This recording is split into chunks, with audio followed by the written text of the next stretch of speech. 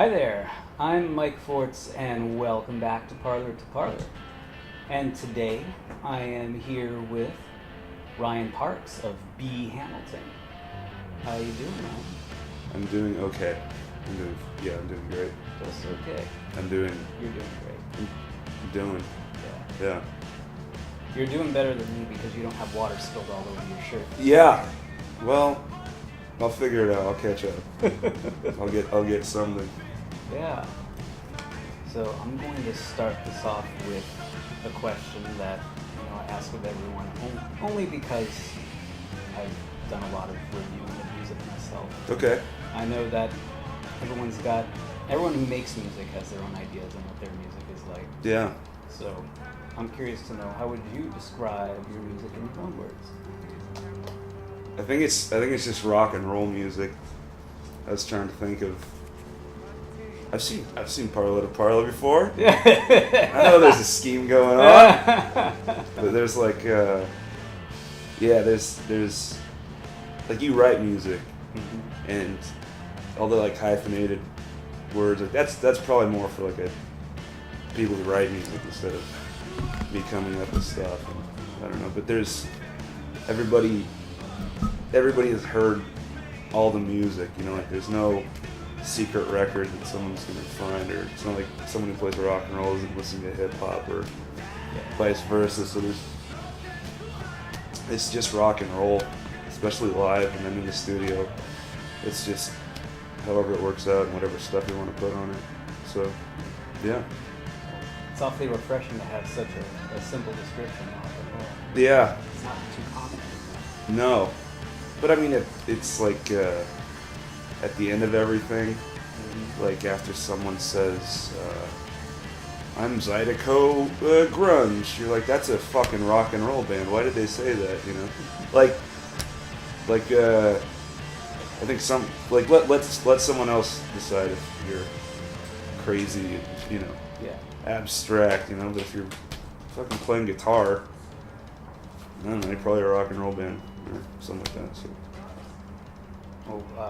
In terms of rock and roll bands, and not even necessarily rock and roll bands, could be non-musical, in fact. So what would you say are a couple of your biggest influences? I think the Desert Sessions records, when I was a teenager, that kind of, from there you find other stuff like Black Flag and all that shit, but it's like, there's it kind of was like driving rock and roll, but it had, it left so much room for arrangements and stuff. It didn't close the box on shit, and especially like, I don't know, I think that's the first time I heard the Desert Sessions record was probably in 2000, and there's just, there's just no kind of like tough and sexy sounding rock and roll with weird songs in the middle. I don't know. Yeah, that, and I think John Bryan was. I used to go up to Hollywood when I lived in Anaheim and see him at Largo around 2000, when Largo was like on Motos in Fairfax. Yeah. And it'd just be, I think I'd paid $5 and you'd just sit there in a 70 occupancy room and just Patton Oswalt would try out shit, and then John Bryan would get on stage and just play covers and loop shit, and he still has. There's this bootleg, like MP3s that I downloaded when I was like 17 or whatever, and I still have them, and the quality's terrible. Yeah. Whatever, but there's a cover that he does of Billie Holiday's "You Don't Know What Love Is Until You've Had to Pay the." Yeah, you don't know what love is. So you remember me? Exactly, which I have no idea about because I'm from the suburbs. That probably just playing with Andrew Macy, like that's probably a huge influence as well. Yeah. That's just people around you just shape you like a motherfucker. So, yeah. Cool.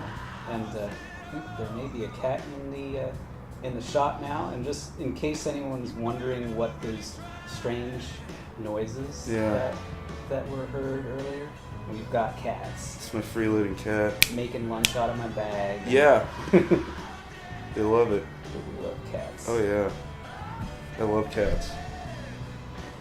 You know, I love cats. Yep. But back to the music. Maybe the cats can help out with this one. Sure. Over the past year or so, I know E. Hamilton's been pretty busy. What would you say are... My cat's asshole is going right into the camera right now. So, you're a star. Yeah. Yeah. What would you say are a couple of your favorite or most important milestones that you've had over the past year, musically or otherwise? We got to play that Fono del Sol festival in the Mhm. city, which was crazy, and that was fun. But there's kind of just, like off the top of my head, just random like good nights of playing music. Mm-hmm. There's a couple shows at Amnesia, stuff like that, where it's just like, I don't know, it just makes me feel amazing when it's like a good night of playing music. That comes to the top of my head, you know. Yeah. I think recording another record, which we're in the process of doing right now, has been amazing.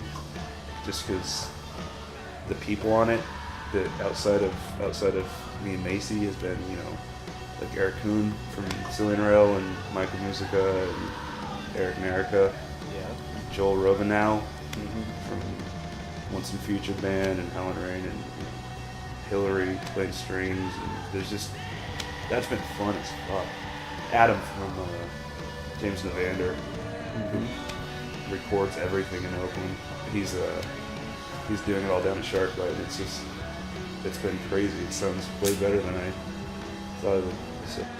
I think I met you long before I even heard E. Hamilton. I think it was probably about 2 or 3 years ago. Yeah. So I know you've been around here for a while. Yeah. What about the Bay Area has kept you here for so long? What's the draw? I mean, I moved up to Oakland, you know, to go to college.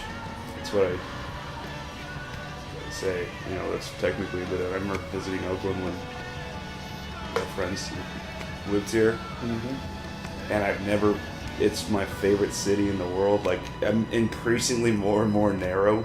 Yeah. Like, even when I go to San Francisco to play or do whatever, like, I almost feel like a tourist. I don't really know anything about that place, and it's my favorite place in the world that I've ever been to. And sometimes when I tell people that, they're like, there's a place called Paris, and they have, you know, I'm like, nah, I'm cool. I love Oakland's Paris personally. Yeah, I don't know. I don't know what I'd do if I was in Paris, but I'm in Oakland, and I'll probably never leave by my own accord. And it's just, I mean, the music scene here is incredible, and it's like oddly kept within a fence, you know. A lot of times, like, you know, I could just name people. Yeah. Like, you know, everything that Winston from Say Thing has ever done, like, that's how I know Macy, and it's just, everything's just not even incestuous. It's just like a real music community, you know. Well, in your immediate environment where you live and create your tunes, you got anything around here that maybe you want to show us that's inspiring to you and keeps the place fresh when you're doing your thing? Yeah, I mean, the red piano is kind of crazy. I found that, you know, some random Craigslist thing, and I lifted it with my buddy John, and that was a terrible decision. God damn it, that was terrible. That took like 10 years off my back or something like that. Just so stupid. And it's, you know, I don't have like cool shit all over this place. The walls are blank, but it's like, you know, Jay Otto Siebold, he's my buddy. He did the cover art for the first record. All his stuff's on that wall over there. There's a Hammond chord organ that I picked up from a guy named Gooch in Martinez, and he was moving to Puerto Rico the next day, and I thought I was going to get murdered, and he made me drink scotch, and I don't really like scotch, and then he tried to give me his family Bible. Did I already say that? Yeah. He tried to give me his family Bible, and I was like, I think you might need to hold on to that, dude. You know, that's, maybe it was some hotel Bible that he found, and he was just drunk. But here's the gooch. Yeah. Excellent. Yeah. Well, how about to cap this off, Mm-hmm. we get to hear a song from you? Absolutely not. Absolutely not. I told you I would not. Yeah. I will play a song. All right then. Cool. Thanks, Mike. Good night, Sergeant Sanchez.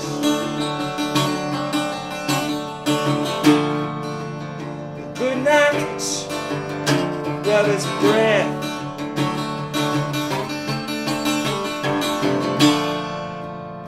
Good night, Sergeant Sanchez.